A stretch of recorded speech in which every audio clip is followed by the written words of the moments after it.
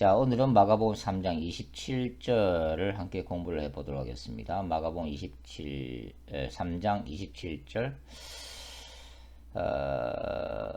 강한 자 결박과 전략적 차원의 영적 전쟁에 대해서 한번 공부를 해보도록 하죠. 마가복음 3장 27절 읽겠습니다. 사람이 먼저 강한 자를 결박하지 않고는 그 강한 자의 집에 들어가 세간을 강탈하지 못하리니 결박한 후에야 그 집을 강탈하리라. 자, 이 강한 자가 누구라고 말씀을 드렸죠? 그렇습니다. 바로 사탄이죠. 그리고 강한 자가 결박된 시점은 언제라고 그랬었죠? 우리가 마가복음 1장을 공부할 때 광야 40일 동안 예수님이 사탄에게 시험 받으실 때 이 강한 자 결박이 일어났다고 말씀을 드렸습니다. 그러니까 예수님이 이 광야에서의 그분의 종말론적 거룩한 전쟁에서 승리함으로 인해서, 즉 사탄의 시험에 승리함으로 인해서 사탄의 군세가 깨어지는 그런 결과를 가져왔다고 그랬죠.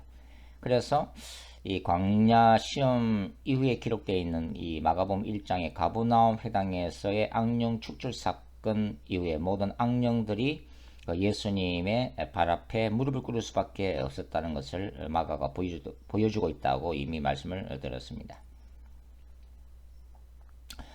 물론 이 강한 자 사탄이 결박당했다고 해서 사탄이 그의 능력과 권세를 완전히 상실했다, 그런 얘기는 아니죠. 이 예수님의 사역 동안 사탄은 계속 예수님을 공격을 하게 됩니다. 주로 이제 바리새인들을 통해서 지속적으로 예수님의 하나님 나라 운동을 회방하게 되죠. 그리고 우리가 십자가 이 사건, 십자가에서 예수님의 죽음과 부활을 십자가상에서 일어난 예수님의 종말론적 거룩한 전쟁이라고 본다면 이 십자가 사건은 그 예수님의 궁극적인 승리, 사탄에 대한 궁극적인 승리, 하나님 나라의 사탄의 왕국에 대한 궁극적인 승리가 선언된 사건이죠. 그리고 이 전쟁은 예수님의 재림 사건을 통해서 완성되게 되죠. 즉 예수님의 그 재림 사건을 통해서 승리가 이제 확정된다고 이제 볼 수가 있습니다. 오늘 이 시간은 특별히 이 강한 자 사탄을 결박하기 위한 그 현대의 그 선교 운동, 영성 운동, 특별히 이제 전략적 영적 전쟁과 관련해서 한번 살펴보도록 그렇게 하겠습니다. 특별히 이제 신사도 개혁 운동을 중심으로 한번 살펴볼 텐데요. 이 신사도 개혁 운동은 지금은 뭐 고인이 되셨지만 플러신학교의 교회 성장학자였던 피트 웨그너를 중심으로 일어난 운동이죠. 이 신사도 개혁 운동이 이제 형성되게 된 것은 1980년대로 거슬러 올라가게 됩니다. 그때 이제 플러신학교에서 피트 웨그너 박사는 어찌 보면 사회학적 관점에서의 교회 성장 운동을 연구하고 교회 성장을 이제 강의를 하고 있었죠. 그때 이 빈야드 운동에 잔 윈버가 플러신학교에서 강의를 하나 이제 맡아서 하게 되는데요. Signs and Miracle이라는 과목으로 기억이 납니다. 결국은 잔 윈버는 이 기사와 표적을 통한 교회 성장을 이제 강조를 하게 되죠. 이런 새로운 그 성령 운동에 이제 피트 웨그너 박사와 이제 찰스 크래프트 박사가 이제 관심을 기울이게 되죠. 그러면서 이 과목을 지켜보고 있던, 이 강의를 지켜보고 있던 이 피트 웨그너에게 이제 변화가 오게 되는데, 바로 그것은 기존의 교회 성장 운동에서 이제는 그 기적과 능력 중심, 그리고 이제 영적 전쟁을 통한 교회 성장 운동 패러다임이라고 하는 새로운 패러다임으로 이제 선회를 하게 됩니다. 자, 우리가 이제 신사도 교육 운동의 이제 핵심적인 특징을 뭐라고 얘기할 수 있을까요? 자, 신사도 교육은 한마디로 초교파적 은사주의 운동이다. 이렇게 이제 설명을 할 수가 있겠습니다. 교단을 초월해서 폭넓게 방언이나 예언이나 축사와 같은 그 오순절적인 개념들을 수용하는 그런 운동이라고 볼 수가 있죠. 자, 이러한 신사도 개혁 운동하고 이제 맞물린 것이 뭐냐면 바로 제3세계, 남미 지역이나 중국이나 아프리카 등지에서 교회들이 성장하고 있는 새로운 패러다임과 이렇게 맞물려 있다고 볼 수가 있죠. 그러니까 전 세계적으로 교회 성장이 둔화되고 있는 그 시점에서 유독 이 3세계에서의 교회들이 성장하고 있다는 것에 이제 피터 웨그너가 이제 주목을 하게 되는 거죠. 근데 그런 교회들을 가만 지켜보니까 그 대부분의 교회가 바로 오순절 계통의 교회들이었다는 것을 이제 발견을 하게 됩니다. 그러니까 기존 어떤 지성 중심의 기독교가 아니라 능력 중심의 이제 기독교 운동이 힘을 얻고 있다는 것을 이제 발견하게 된 거죠. 이런 제3세계에서는 특별히 뭡니까? 이제 초자연적 세계관이 이제 유지되고 있는 그런 지역들이잖아요. 그런데 이런 지역에서 강력한 성령 운동이 일어나고 그 다음에 교회 안에서 기적들이 일어나면서 교회가 성장하고 있더라 하는 것이죠. 이 이성 중심, 뭐 지성 중심의 기독교가 이제 잘못된 것이 아니라 뭡니까? 이제 그동안 이제 현대 기독교, 현대 교회들이 좀 강가고 있었던 이런 오순절 운동의 어떤 역동성이라고 그럴까요? 성령의 어떤 능력을 중요시하는 그런 부분에 대해서 이제 강구하고 있었다고 하는 것이 이제 새롭게 이제 부각이 되어진 거죠. 저는 이 지성과 영성의 균형을 좀 추구를 하고 있습니다. 지성적 기독교는 앞으로도 여전히 이제 중요하죠. 그것은 특별히 이제 포스트 모던 사회 속에서 기독교 진리를 변정해야만 하는 그런 시대적인 과제를 가지고 있기 때문입니다. 그러니까 어떤 이 탄탄한 어떤 논리, 성경적인 진리를 입증하기 위한 어떤 탄탄한 논리와 설득력을 통해서 인간의 감성과 이성에 호소하는 기독교 지성이 중요하다고 하는 거죠. 그러면서도 한편으로 현대교회가 잃어버린 이 성령의 권능을 회복해야 한다는 것이 제 생각입니다. 여하튼 이 신사도 개혁 운동 책에서는 제2의 종교개혁이라고 하는 개념을 이제 주장하기 시작했죠. 그것은 뭐냐면 초대 교회의 그 사도들과 선지자들이 21세기에 새롭게 나타나기 시작했다. 즉 예수님의 재림 직전의 마지막 종말의 때에 사도들과 선지자들이 다시 일어나고 있다는 점을 이제 부각하면서 주장하기 시작했다고 하는 것입니다. 그리고 이제 스스로 사도, 선지자라고 이제 이렇게 일컬는 자들이 이 신사도 교육 운동 끈 안에서 이제 자리 잡게 된 거죠. 자칭 사도, 자칭 선지자, 그리고 이제 이 피터 웨건을 중심으로 하는 이 신사도 개혁 운동의 어떤 이 수뇌부에서는 바로 사도들을 임명을 하기도 하고 선지자로 임명을 하기도 하는 그런 기현상들이 이제 일어나게 된 거죠. 뭐 여러 가지 이유가 있지만 바로 이런 것들이 한국 교회로부터 이단 시대는 어떤 결정적인 요인 중에 하나가 아니었는가 그렇게 생각이 들어요. 사실 사도다, 선지자다. 물론 우리는 그 종말론적 교회 공동체가 사실 사도적이고 선지자적인 공동체임은 우리가 분명합니다. 그런데 과연 인간이 스스로 자칭 사도, 자칭 선지자라고 일컬 수 있는가 하는 것은 뭔가 잘못됐다고 이제 볼 수가 있는 거죠. 여하튼 이 피트 웨거너는 특별히 이 제3세계 중에서도 특별히 이제 아르헨티나 등 남미에서 활발하게 일어나고 있는 이 오순절 부흥운동을 케이스 스타디하기 시작한 거죠. 그곳에서 교회가 폭발적으로 성장하는 것을 지켜보면서 연구를 하게 되는데요.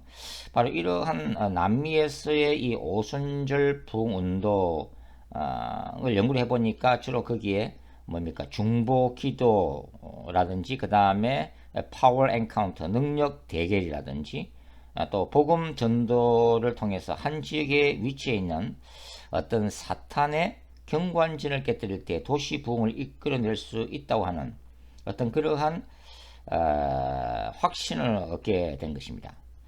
뭐 한 예를 들면 이제 아르헨티나의 부흥 운동을 이끌었던 당시 그 칼로스 아나콘디아라고 하는 복음 전도자 부흥사가 있었죠. 그러니까 이분은 대중 축사로 굉장히 유명하죠. 이게 집회할 때에 그 군중들을 향해서 예수 이름으로 사탄을 꾸짖는 바로 그런 방식을 통해서 수백 명이 넘어지고 악령들이 떠나가는 그런 일들이 이제 생겨나게 된 거죠. 여하튼 이 신사도 개혁 운동은 이 폭넓은 범위 안에서 그 은사주의자들 또 다른 그 능력 복음 전도자들과 하나의 그 네트워킹을 형성하면서 이 신사도 개혁 운동을 이제 전개하게 되는 거죠. 그래서 이제 활성화가 되게 된 것입니다. 사실 뭐 아르헨티나 부흥 운동이나 그 다음에 펜사콜라 브론스빌 교회에 어떤 부흥 운동, 그 다음에 잔 윈브의 빈야드 운동은 다 서로가 이제 연결되어 있는 거죠. 신사도 개혁 운동에서 이제 주장하고 있는 신학 중에 하나가 소위 이제 통치 신학입니다. 도미니언 테올로지라고 그러죠. 이것은 이제 하나님이 어떤 이런 어떤 교회 성장 또는 인간 역사에 적극적으로 개입한 그 결과가 바로 이제 기적이라는 것을 이제 강조하는 그런 신학이죠.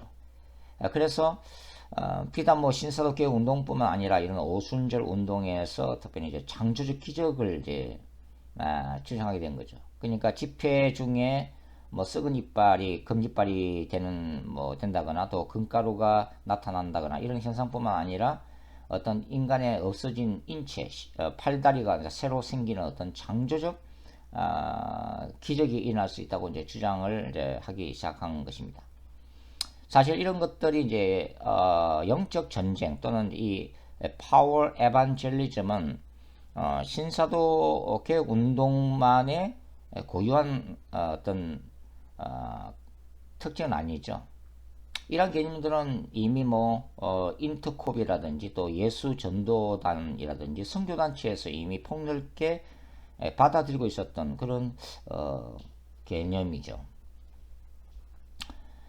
지금은 뭐 선교사 훈련센터에서는 이러한 과목들이 이제 영적 전쟁이나 파워 에반젤리즘 같은 뭐 과목들을 필수 과목으로 가르치고 있는 것을 우리가 볼 수가 있겠습니다. 자, 이런 신사도 교육 운동의 한번 단점들을 우리가 한번 생각을 한번 해보죠.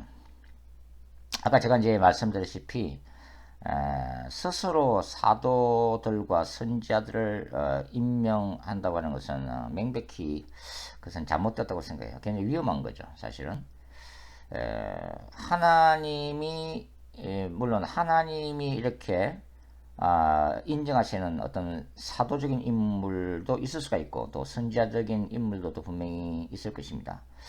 요한계시록 이제 11장 두 증인 같은 경우는 그 모세와 엘리야의 권능을 받았던 마지막 두 선지자라고 이제 분명히 성경이 기록하고 있잖아요. 물론 뭐 개혁주의 요한계시록 신학자들은 이것을 교회라고 그냥 해석하고 있지만 성경은 분명히 이제 선지자들이라고 이제 기록을 하고 있죠.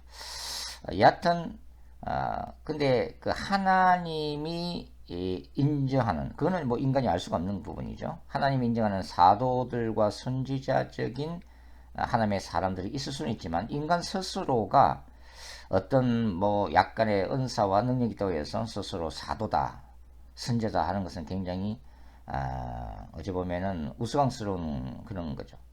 그 다음에 이제 신사도 교육 운동은 기적들을 지나치게 강조하고 있다고 하는 것입니다. 사실 이런 것들이 우리가 쉽게 빠져들 수 있는 그런 부분들이죠.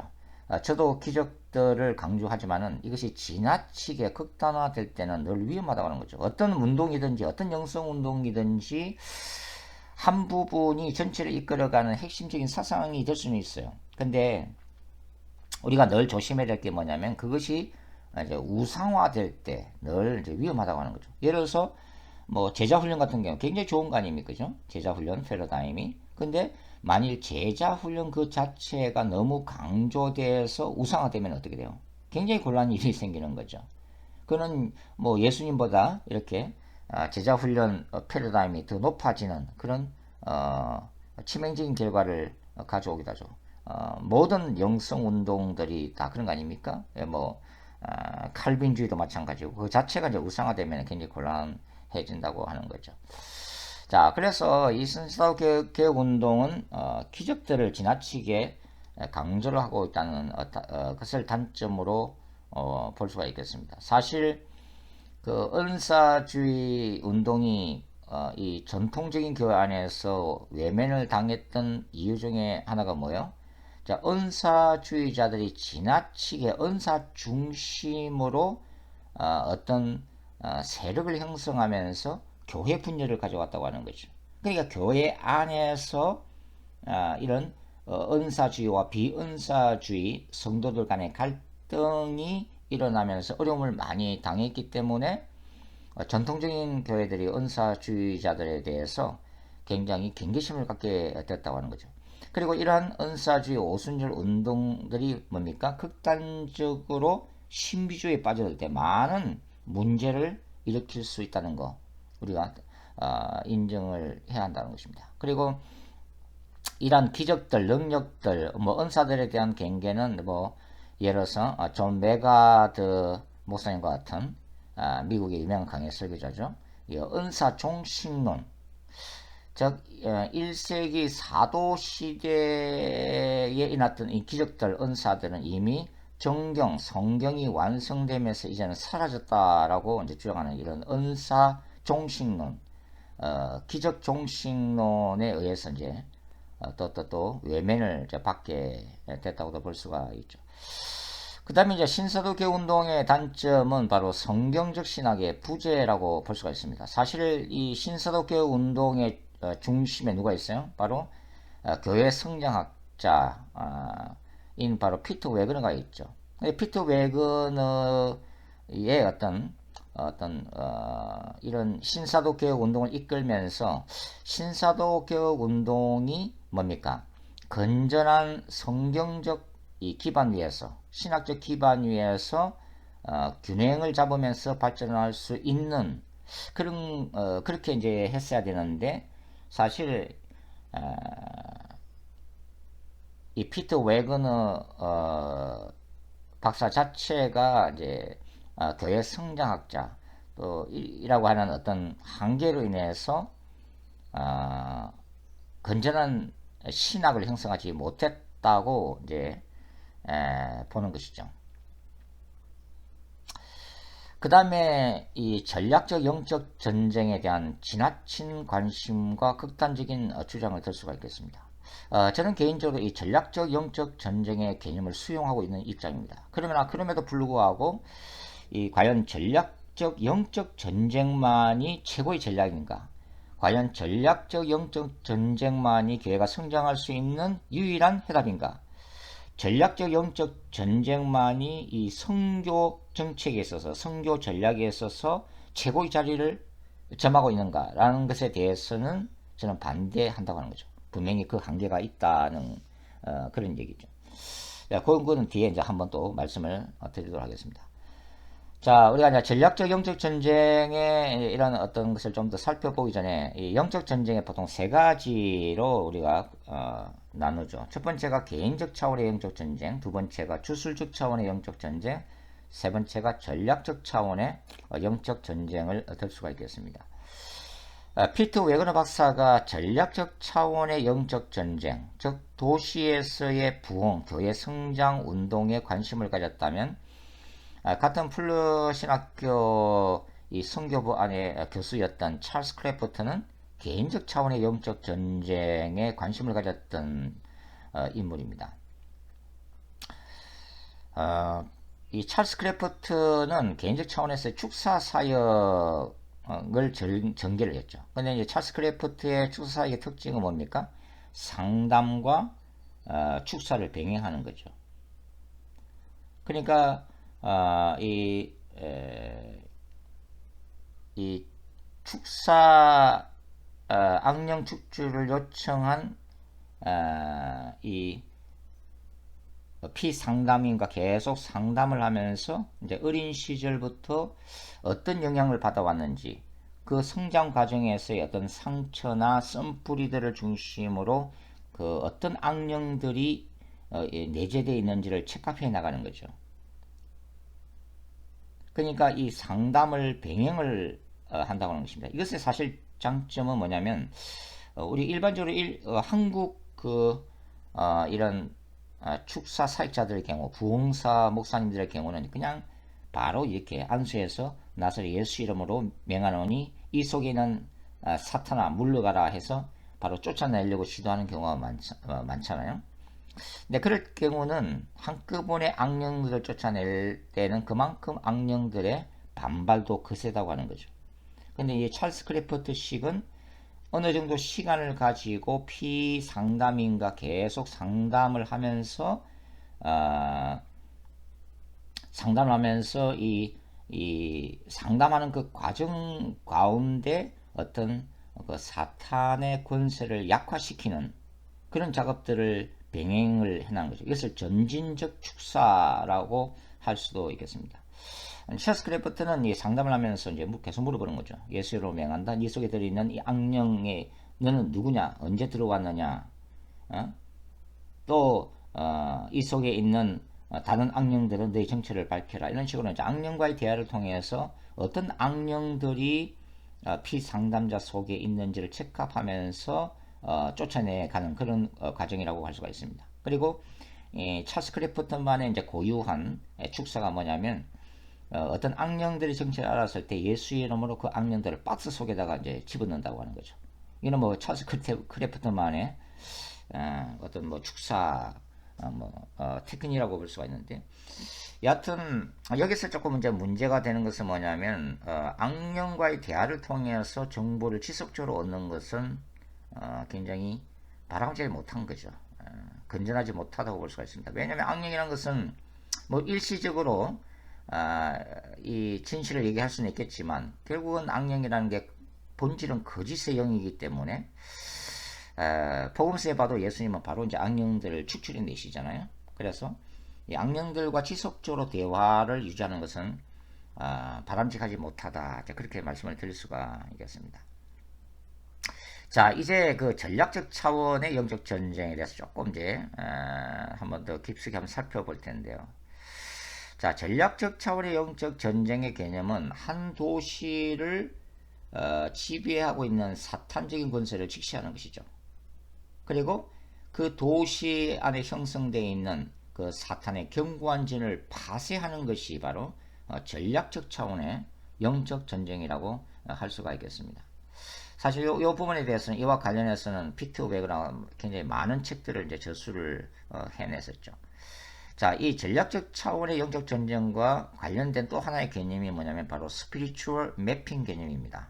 뭐 영적 도회라고 이렇게 해석을 할 수가 있는데요.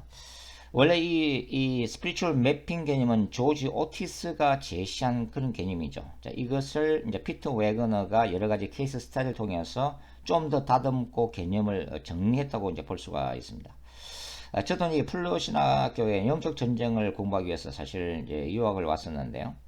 석사 과정에서 제가 이 스피리추얼 매핑의 기초에서 이 서울시를 영적 도회한 그런 소논문을 제출한 적이 있습니다. 그때 이제 그 서울시가 이제 강북과 강남으로 나눠서 강남 지역 개발 지역인 이 강남에 비해서 강북이 어떠한 그 기독교 적대 세력 복음이 들어가기 힘든 어떤 사탄의 경관진들이 어떻게 형성되어 있는가를 조금 이제 조사하고 논문을 쓴 적이 있습니다. 이 스피리추얼 매핑에 있어서 중요한 게 뭐냐면 바로 지역영이라고 하는 개념이죠. 테리토리얼 스피릿입니다.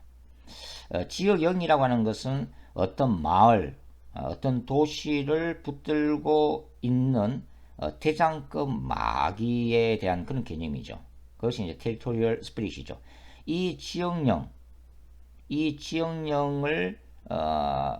결박할 수만 있다면은 그 도시 안에 쉽게 복음을 전할 수 있다는 그런 개념이죠.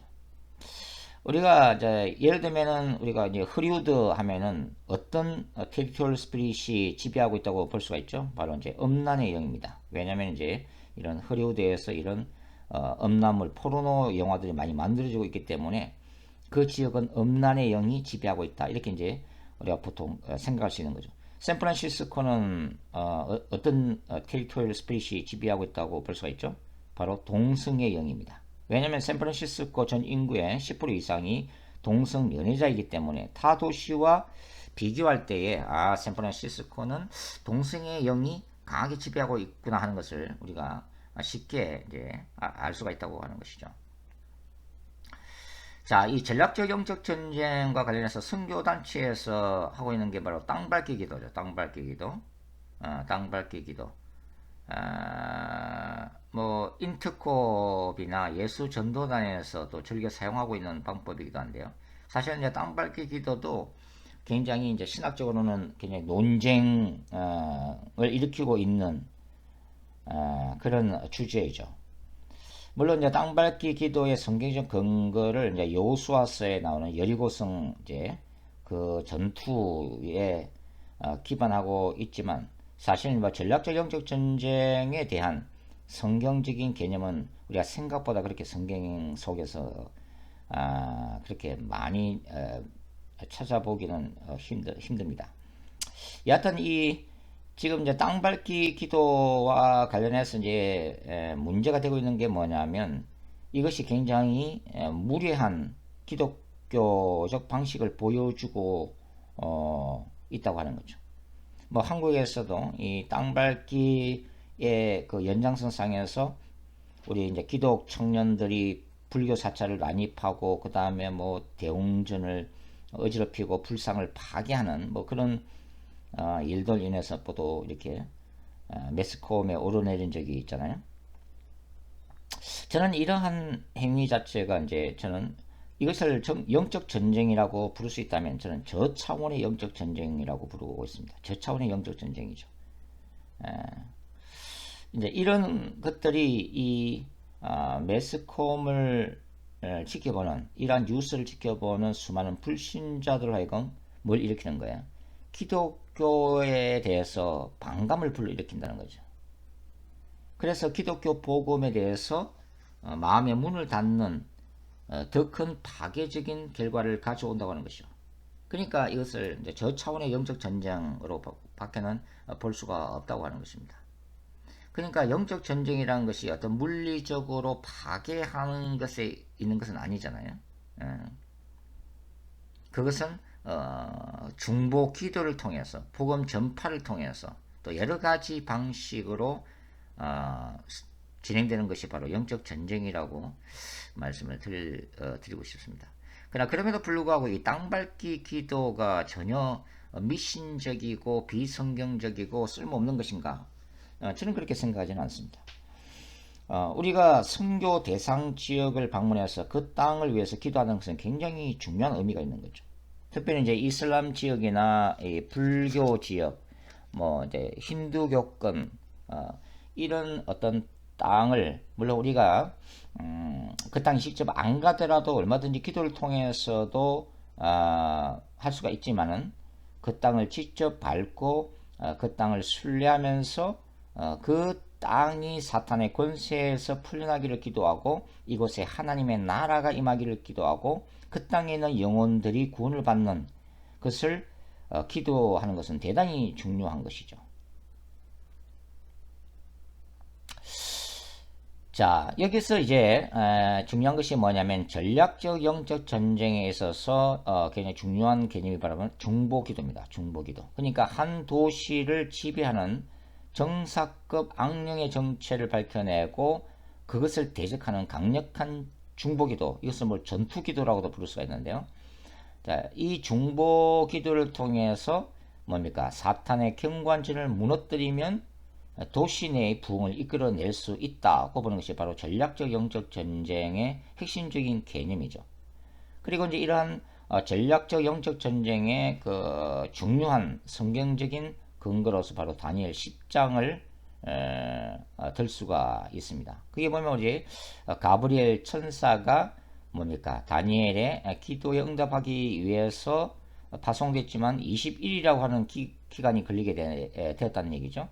그럼 그 21일 동안은 뭡니까? 가브리엘 천사가 바로 바사국과의 그 영적 전쟁을 치르는 기간이었다고 하는 거죠. 물론 이제 미카엘 천사가 와서 가브리엘 천사를 도와줌으로 인해서 가브리엘 천사가 메시지를 가지고 다니엘에게 이제 오게 되지만 근데 여기서 이제 페르시아 군주, 헬라의 군주라는 단어가 등장이 되어지고 있는데 이 단어가 인간 왕, 즉 페르시아 왕이나 헬라의 왕을 일컫는 단어가 아니라고 하는 것입니다.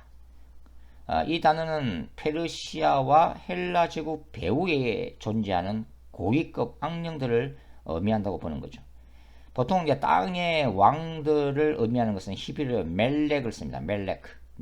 그런데 이제 이 다니엘서 10장에는 어떤 히브리가 사용되고 있죠? 바로 사르라고 하는 히브리가 사용되고 있죠. 이 사르는 통치자나 지배자인데 그래서 땅의 왕 멜렉과 이 비교가 되는 사르라고 하는 단어로 이 악한 천사들, 고위급 천사들, 한 국가 각 제국의 배후에서 역사하는 정사와 권세급 높은 직위에 있는 악령들을 일컫는 단어로 우리가 사용을 하고 있는 것입니다. 이런 전략적 영적 전쟁 개념에는 어떻게 보면 우리가 템포리 윈도우 개념도 포함할 수 있을 것 같아요. 그러니까 성교학자 랄프 마틴이 이제 제시한 개념이죠. 이 템포리 윈도우, 북위 10도, 남위 40도, 이 창에는 주로 이슬람권, 불교권, 힌두권이 집중적으로 놓여 있고, 소위 말해서 이제 미종족, 전도가 아직 예수 그리스도의 복음이 전해지지 못한 전도 종족이 집중적으로 있는 그런 지역이잖아요. 그래서 이것이 어찌 보면 템포리 윈도우가 전략적 차원에서 볼 때는 사탄의 경관진을 형성하고 있다고 볼 수도 있는 거죠. 미국 부흥의 아버지를 이끌었던 찰스 피니도 어떤 이 도시의 어떤 부흥 집회를 하기 전에 밤에 그 도시 안에 경관진을 놓고서 간절히 기도하고 복음을 전했다는 그런 얘기도 있습니다. 자, 이 전략적 영적 전쟁을 포함하는 이 영적 전쟁 개념이 이제 예전에 플러 신학교에서 굉장히 갈등을 일으켰던 적이 있죠. 그것은 성교학부와 신학부와의 갈등이라고 볼 수가 있는 거죠. 그러니까 이 성교학부에서 이러한 어떤 기적을 강조하고 영적 전쟁을 통한 교회 성장을 이 강조하고 가르치는 피터 웨거너나 찰스 크래프트 요 진영과 그 다음에 이런 것들을 좀 꺼려하고 반대하는 마오 전 총장이나 김세훈 박사님 같은 이런 신학부 교수들 간의 이제 갈등이 바로 그런 것이었는데요. 그러니까 이 신학부에서는 성경 신학적으로 볼 때 이 성교학부가 주장하는 영적 전쟁 신학을 인정할 수가 없다는 거예요. 결국은 이제 피터 웨그너 박사가 떠나고 이 나중에는 이 찰스 크래프트 박사의 그 내적 치유 과목까지 다 이렇게 강의를 못하는 상황이 된 거죠. 그러니까 이게 플러 신학교가 사실 그동안에 이 교회 성장과 세계 선교를 이끌었던 선교학부 때문에 사실은 플러 신학교가 이제 성장이 되어졌고 그래서 한국 목사님들이 굉장히 많이 유학을 갔잖아요. 물론 뭐 풀러 신학교는 사실 한국 학생들, 한국 목사님들이 먹여 살린 것 마찬가지인데 이렇게 선교학부가 주도가 되어 왔는데 이 마오 전 총장이 이제 이런 선교학부 중심의 그 풀러 신학교를 이제는 좀 지적이고 아카데믹한 맞으면 하버드 대학 같이 이런 아카데믹한 학풍으로 전환하기를 원했던 그런 리더십과의 또 갈등도 있다고 이제 보는 거죠.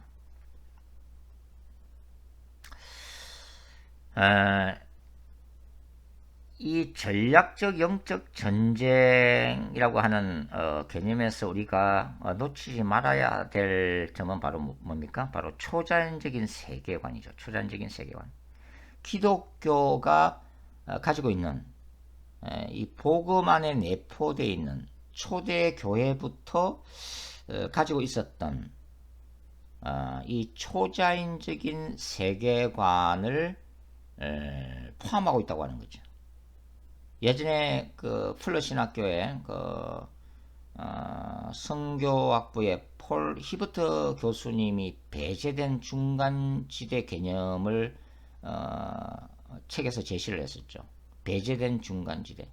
이게 무슨 얘기냐면 눈에 보이는 현실 세계와 눈에 보이지 않는 영적 세계가 만나는 중간 지역이 있다고 하는 거죠. 그런데 서구의 그 이성 중심 합리주의 세계관은 이러한 중간 지대를 이해를 도무지 할 수가 없다고 보는 거죠. 그러니까 이 서구의 세계관을 합리주의 세계관에 익숙한 선교사님들이 제3세계에서 제3세계는 어떤 곳이 바로 무당이나 주술사, 정령 숭배 사상으로 가득 찬 세계잖아요. 그러니까 이런 지역에서의 선교 활동이 힘들어질 수밖에 없었다. 뭐 요즘에는 이런 것에 대한 개념들이 이제 폭넓게 이해되고 가르쳐지고 있기 때문에 그렇지만 바로 이런 것들이 이제 초자연적인 세계관을 이해할 수 없다 이라면 바로 이런 선교지에서의 선교 활동도 이제 수행하기가 힘들다 하는 그런 얘기죠. 자, 우리 이제 개혁주의 신학자, 특히 이제 칼빈주의 신학자들이 제창하고 있는 이 개혁주의 신학. 개혁주의 신학은 사실 뭐 여러 뭐 신학들 중에서도 굉장히 건전하고 성경에 가까운 그런 신학 책이잖아요.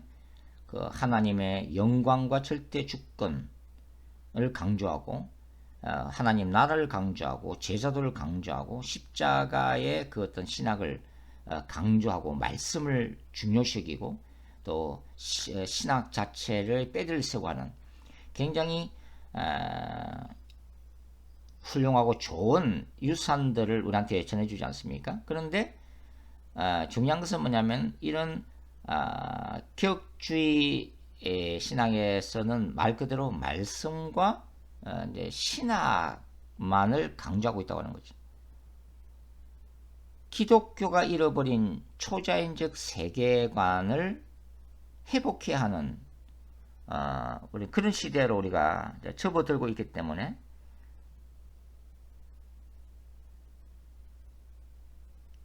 이 전략적 차원의 영적 전쟁이 신학적인 문제를 가지고 있음에도 불구하고 어떤 기독교가 잃어버렸던 그 초자연적인 세계관 또 제가 종말론적 거룩한 전쟁 신학에서 늘 얘기하는 하나님 나라와 사탄의 나라는 늘 갈등하고 전쟁을 일으키고 있다고 하는 그런 영적 전쟁 개념을 우리가 놓치지 말아야 한다고 하는 거죠. 그리고 우리가 말씀과 신학뿐만 아니라 뭡니까? 어떤 강력한 성령 운동의 회복이 필요하고 능력이 교회 안에서 회복되어야 한다는 거. 이거 우리가 아무리 강조해도 지나치지가 않다고 하는 것이죠. 그럼에도 불구하고 제가 아까 서두에서 말씀드렸다시피 뭡니까? 전략적 차원의 영적 전쟁만을 우상화하고 뭐 이것만 하면 즉각적으로 도시 부흥을 이끌어낼 수 있다는 착각은 건물이라는 것도 우리가 생각을 해야 한다고 하는 거죠. 자, 그래서 이 스피리추얼 매핑에 기초한 전략적 연적 전쟁의 한계를 좀 다시 한번 생각을 한번 해보도록 하겠습니다. 자, 우리가 도시 자체를 위해서 기도하는 것은 굉장히 긍정적이다 하는 거죠. 그러나 이 도시를 지배하고 있는 사탄을 직접적으로 꾸짖고 대적하는 것이 도시 안에 즉각적인 부흥을 가지고 올 수 있다는 생각은 그것은 회의적이라고 말씀을 드릴 수가 있겠습니다. 자, 사도행전 19장에 보면 바로 에베소 부흥의 주역인 바울의 선교 전략이 나오잖아요. 근데 바울이 어떤 전략을 수행하고 있죠? 크게 보면 두 가지입니다. 첫 번째가 뭐냐면 바울은 두란노 서원을 통해서 말씀을 가르치면서 이 복음 전도자들을 키워내는 제자 훈련을 끊임없이 진행을 하고 있죠. 또 한편으로는 뭡니까?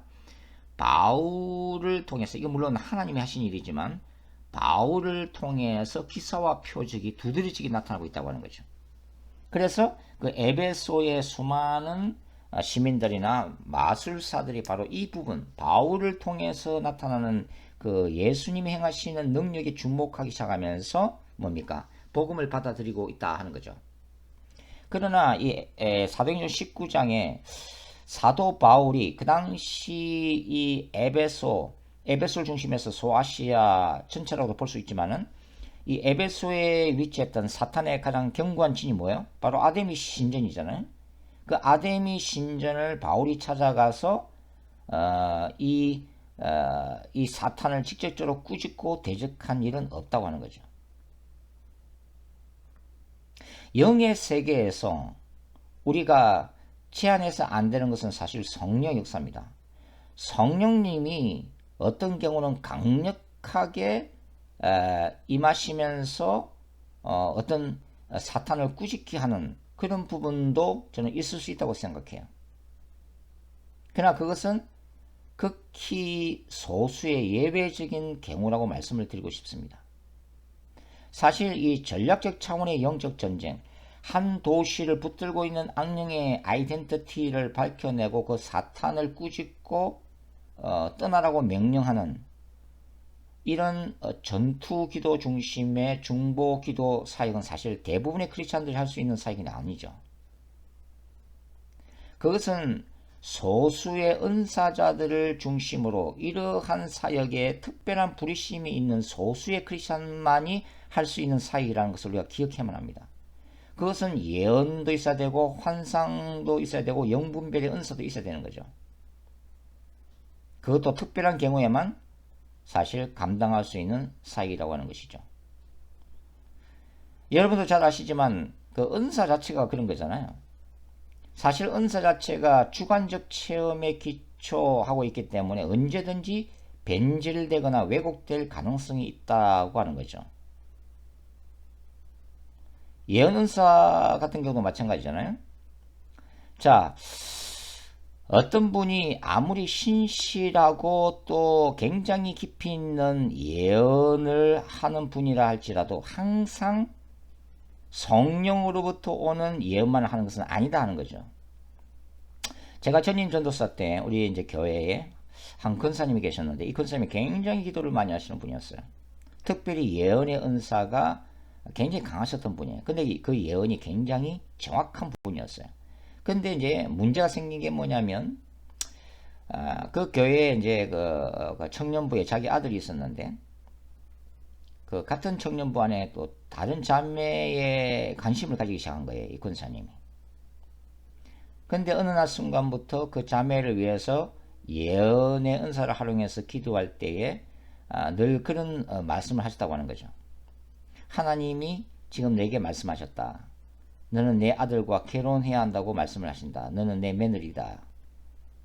그런데 그 자매 같은 경우는 이걸 받아들일 수가 없다고 하는 거예요.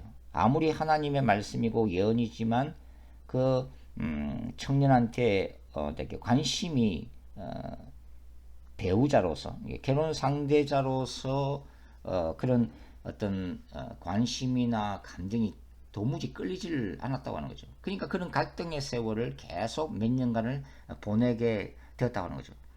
결국은 그 자매는 자기를 사랑할 수 있고 자기를 사랑할 수 있고 자기가 사랑하는 다른 청년과 결혼해서 좀 행복한 가정을 꾸리고 있습니다. 결국은 뭘 얘기하냐면 예언 은사자의 같은 경우도 예언을 받는 과정 가운데 자신의 인간적인 생각이 끼어들 때 어떤 탐욕이 끼어들 때 얼마든지 그 예언 자체가 변질되어 나올 수가 있다고 하는 거죠. 우리가 이게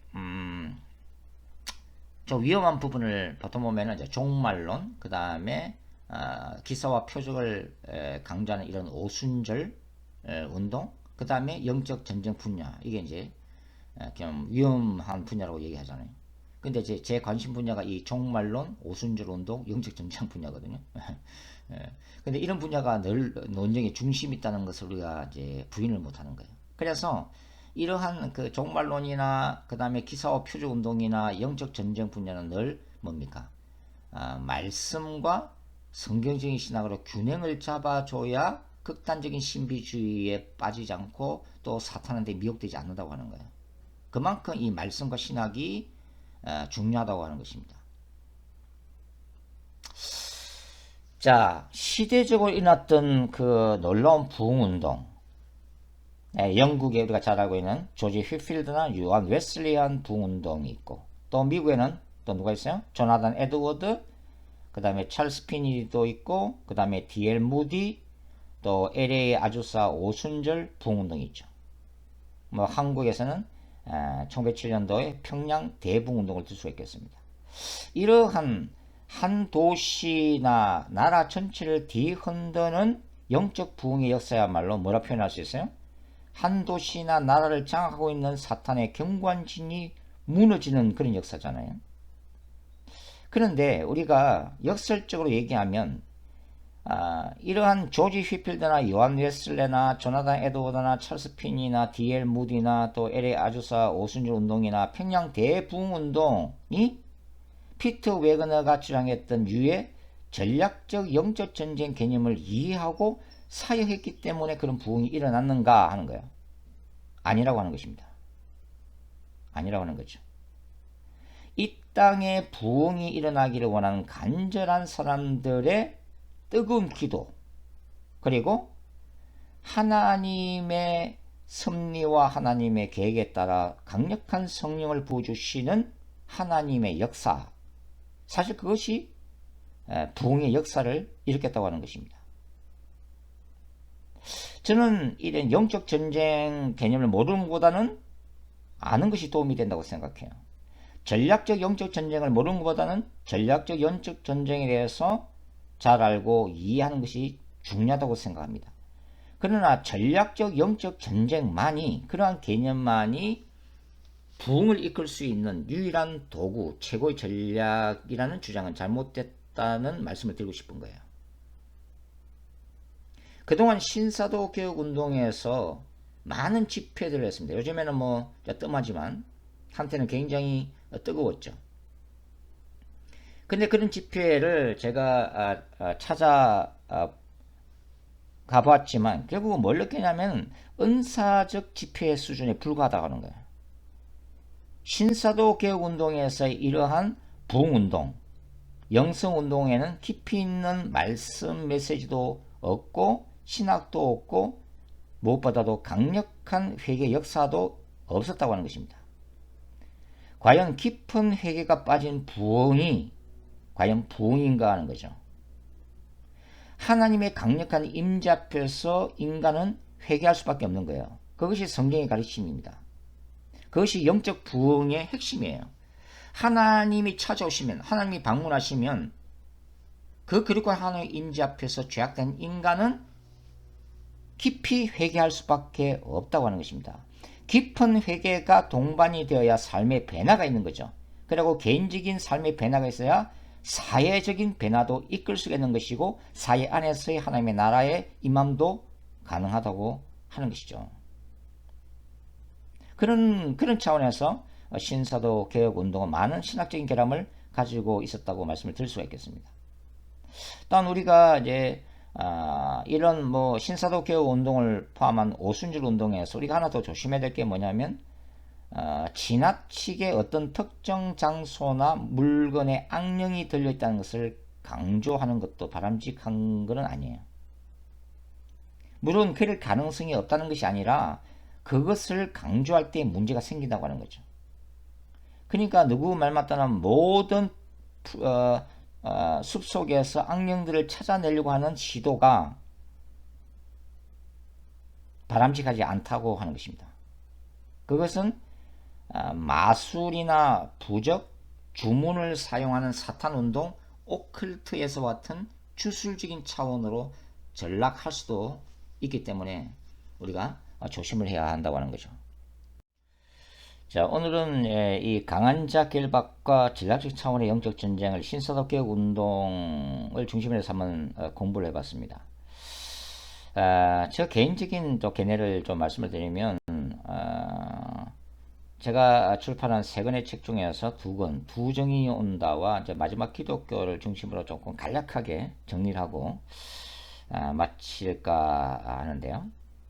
제가 이 두 정인이 온다라고 하는 책에서 이제 제시했던 개념은 뭐냐면 기독주의에서 강조하는 이 말씀과 하나님의 영광 추구 이런 개념들, 그리고 이런 이 말씀을 중심으로 하는 영성 운동들, 그리고 오순절 운동에서의 이 은사주의적인 능력을 중시하는 운동들, 또 사도적인 운동과 선지자적인 운동, 다양한 영성 운동들이 결국은 계시록 11장에 언급된 두 정인의 영성이라는 바다로 흘러가고 있다는 것을 제가 개인적으로 주장을 했습니다. 결국은 예수 그리스도의 재림을 준비해야 하는 영성운동이 두 정인 영성운동이거든요. 근데 이 두 정인 영성에서는 결국은 이 다양한 기독교 안의 영성운동들이 통합되고 균형을 잡는 모습으로 나타날 거라고 하는 것입니다. 결국은 이 마지막 때에는 말씀만을 강조하는 기독주의 신학도 아니고 또 능력만을 강조하는 오순절 신학이 아니라 어찌 보면 말씀과 능력이 결합이 되고 지성과 영성이 균형을 이루고 신학과 또 하나님의 인재와 능력이 동시에 이루어지는 바로 그런 것들이 마지막 기독교 또 두 정인 영성 운동이라고 저는 말씀을 드리고 싶습니다. 그리고 이제 마지막 기독교는 요한계시록의 신학을 다룬 건데요. 저는 이 마지막 기독교라는 책에서 종말론적 거룩한 전쟁 신학과 두 정인 영성을 강조를 했습니다. 결국은 이 마지막 기독교라고 하는 것은 초대교회, 이 사도적 선지자적인 초대교회에서 일어났던 이 기사오표 성령의 역동적인 역사가 마지막 교회 안에서 회복이 되어질 것이고, 그러한 회복 시기를 지나서 이제는 예수님의 재림을 준비하고 적그리스도의 시대로 접어들면서 순교자적인 영성으로 충만한 마지막 교회의 시대로 넘어갈 것이라고 제가 조심스럽게 내다봤습니다. 그리고 이 마지막 때의 모세와 엘리야로서의 두 정인 출현을 강조를 했는데요. 저는 이 두 정인이 실제적인 두 명의 선지자일 뿐만 아니라 바로 이러한 두 정인 영성을 가지고 있는 마지막 기독교 공동체의 특성을 제시를 했습니다. 그것은 예수님의 재림을 준비하는 마지막 기독교 공동체는 선지자적인 정거 공동체가 될 것이다. 여전히 하나님의 말씀의 진리를 전하고 그것이 연자적인 영성 속에서 선포되는 그런 선지자적인 정거 공동체가 될 것이다 라고 제가 내다봤고요. 두 번째가 뭐냐면 거룩한 신부입니다. 거룩한 신부의 영성이 마지막 때가 될수록 중요해지는데, 그것은 바로 죄에 대한 끊임없는 회개라고 하는 그 기초 위에서 신부 단장하는 이 개념이 점점 강해질 것이다 하는 것이죠. 그 다음에 마지막 때 영적 부흥에 대해서 교회 안에 영적 부흥에 대해서 말씀을 드렸고, 그 다음에 교회 안에 사도적인 능력이 나타날 것이다. 그리고 교회는 여전히 십자가의 고난과 순교자적인 영성이 중요시 되게 될 것이다. 그 다음에 거룩한 전쟁을 수행하는 종말론적인 교회 공동체가 될 것이다. 그리고 예수님의 초림으로 인한 이 그리스도의 십자가의 복음뿐만 아니라 바로 예수님이 다시 오실 것이라고 하는 이 마라나타 신앙이 중요해지는 시기로 진입하고 있다고 말씀을 드렸습니다. 그리고 마지막에 이제 예수님의 재림 직전에 잃어버린 영혼들을 바로 이 종말론적 거룩한 전쟁 신학과 부정인 영성 운동을 통해서 영혼들을 추수하는 공동체가 출현하게 될 것이다. 이렇게 이제 말씀을 드렸습니다.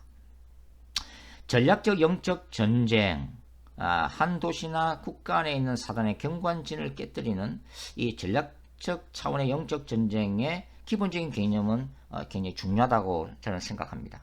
그리고 또 제가 생각하는 것은 뭐냐면 바로 이제 요한계시록 12장 17절 나오는 이 바닷가에 서 있는 용이 바로 이 마지막 때의 교회 공동체와의 영적 전쟁을 위해서 바로 바다 속에서부터 그의 아들인 적그리스도를 불러내는 바로 이 구절 속에서 우리가 우주의 영적 전쟁이라고 하는 것이 단순히 어떤 전도 현장 또 선교 현장뿐만 아니라 바로 세계관 사이에서 벌어지는 전쟁이 아닐까 그런 생각을 해봅니다. 그것은 적그리스도의 세계 정부는 결국은 이 궁극적인 종교다원주의 사회가 될 것이라고 내다본 거죠. 그래서 이 타 종교들과 사상 철학, 또 동성애 운동, 종교다원주의, 뉴에이지 사상, 바로 이런 것들이 바로 인류의 정신과 마음을 장악하고 있는 사탄의 경관진이라고 제시를 했습니다. 바로 그것이 마지막 기독교가 치러야 될 바로 세계관, 기독교 세계관과 비기독교 세계관 사이에서 일어나는 영적 전쟁이고, 비기독교 세계관에 또 기독교가 관심을 가져야 될 이유이고, 비기독교 세계관과 인본주의적 사상 철학에 대항하는 바로 마지막 기독교가 수행해야 될 종말론적 거룩한 전쟁임을 우리가 기억했으면 좋겠습니다.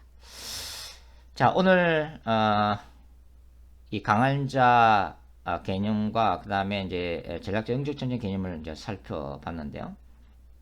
다음 시간에 계속해서 우리가 마가복음을 본문을 다시 찾아서 공부를 해 가도록 그렇게 하겠습니다. 자, 수고하셨습니다. 다음 시간에 뵙겠습니다.